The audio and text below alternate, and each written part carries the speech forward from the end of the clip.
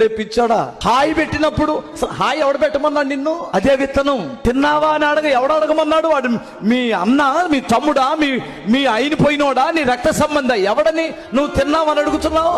ఎవతని అడుగుతున్నావు? బంగారం. మీ అమ్మని ఎప్పుడైనా అమ్మా బంగారమే నువ్వు అని అన్నావా? అనడు. ఇది నిన్నగాక మొన్న పరిచయం అయిందా నీ బంగారం?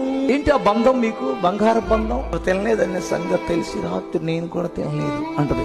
ఆ చూపు చూస్తే ఒకటి ఉంటదే, ఒక పనికి మాలింది.